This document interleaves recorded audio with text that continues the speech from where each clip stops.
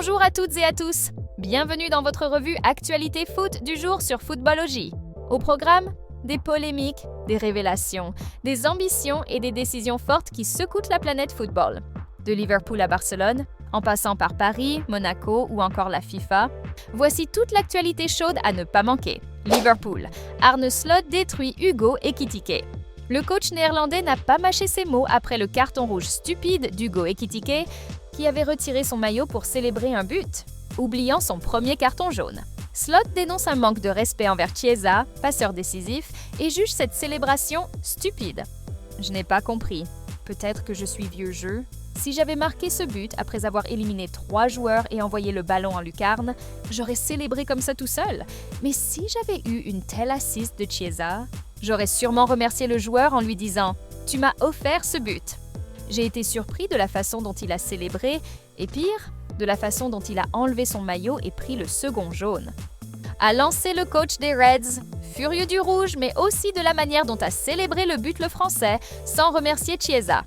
C'est stupide d'enlever son maillot et de prendre le jaune. Si tu marques un but comme ça, tu dois aller remercier le joueur qui t'a fait la passe. Mais c'est vraiment stupide d'enlever son maillot, a conclu Slot, passablement agacé. Auteur de bons débuts avec les Reds, avec 3 buts et 1 assist en 5 rencontres de championnat notamment, Ekitike vient peut-être de se mettre dans une situation difficile. Ousmane Dembélé, Ballon d'Or 2025. La réaction surprise de Giroud. Auteur d'une saison exceptionnelle avec le PSG, 35 buts, 7 passes, Dembélé décroche le Graal. Olivier Giroud admet n'avoir jamais imaginé son ancien coéquipier à ce niveau, mais salue une progression phénoménale. Paul Scholes attaque Marcus Rashford parti à Barcelone. Rashford brille, mais Scholes le critique violemment, l'accusant d'avoir abandonné Manchester United avant son départ. Selon la légende anglaise, son attitude à Old Trafford était honteuse. Si vous vous êtes brouillé avec un entraîneur, d'accord, mais n'oubliez pas que vous avez des coéquipiers avec lesquels vous jouez, poursuit-il. Vous avez 80 000 personnes qui vous regardent, quoi qu'il arrive, chaque semaine. Vous devez faire un effort. Je l'ai vu tellement de fois marcher, sur le terrain, à United parce qu'il voulait partir, que j'ai trouvé son attitude honteuse. Je pense qu'il a en fait abandonné le club. Et quand on abandonne une fois, on abandonne à nouveau. Ansu Fati, objectif 20 buts avec Monaco. Prêté par le Barça, Fati revit sur le rocher. Déjà 3 buts en 2 matchs, il vise la barre symbolique des 20 réalisations cette saison. Avec la Coupe du Monde 2026 en ligne de mire, il veut redevenir un cadre de la Roga vers une Coupe du Monde à 64 équipes. Alors que l'édition 2026 se jouera pour la première fois à 48 nations, une délégation sud-américaine pousse pour un mondial 2030 à 64 participants afin de célébrer le centenaire en grande pompe. Gianni Infantino n'écarte pas l'idée. Pour rappel, le mondial 2030 sera une grande première dans l'histoire du football puisqu'il sera organisé sur 3 continents différents. Amérique, Europe, Afrique et dans 6 pays. L'Argentine, l'Uruguay et le Paraguay accueilleront chacun un match, tandis que le reste de la compétition se jouera au Portugal, au Maroc et en Espagne. Une manœuvre pensée par la FIFA pour laisser le champ libre à l'Arabie Saoudite pour la Coupe du Monde 2034. Seuls l'Asie et l'Océanie avaient le droit de postuler selon le BITE, règlement des rotations de continents.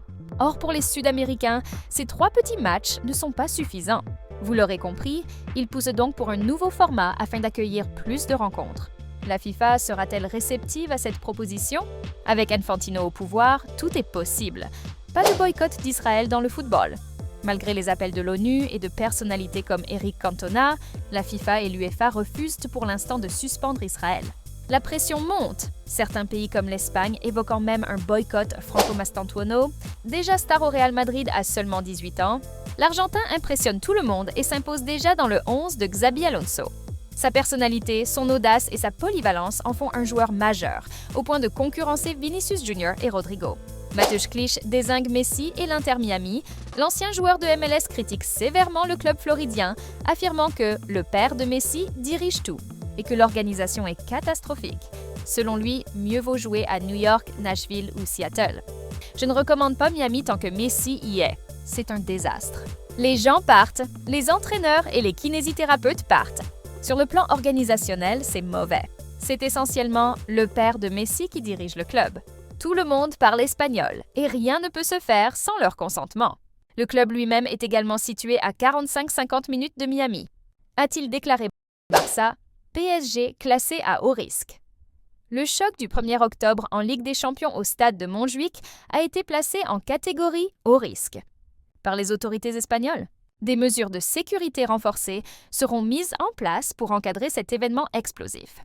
Lors de sa dernière visite à Barcelone en avril 2024, le PSG avait déjà joué sur la pelouse de l'autre stade de la ville.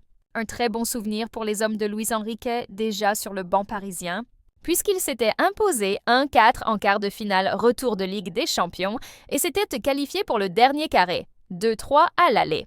Entre tension à Liverpool, consécration pour Dembélé, critiques envers Rashford, renaissance d'Ansu Fati et Franco Mastantuono, sans oublier les polémiques autour de la FIFA, d'Israël et de Messi à Miami, l'actualité foot du jour est riche et passionnante. Restez connectés sur Footballogie pour ne rien manquer des prochains rebondissements.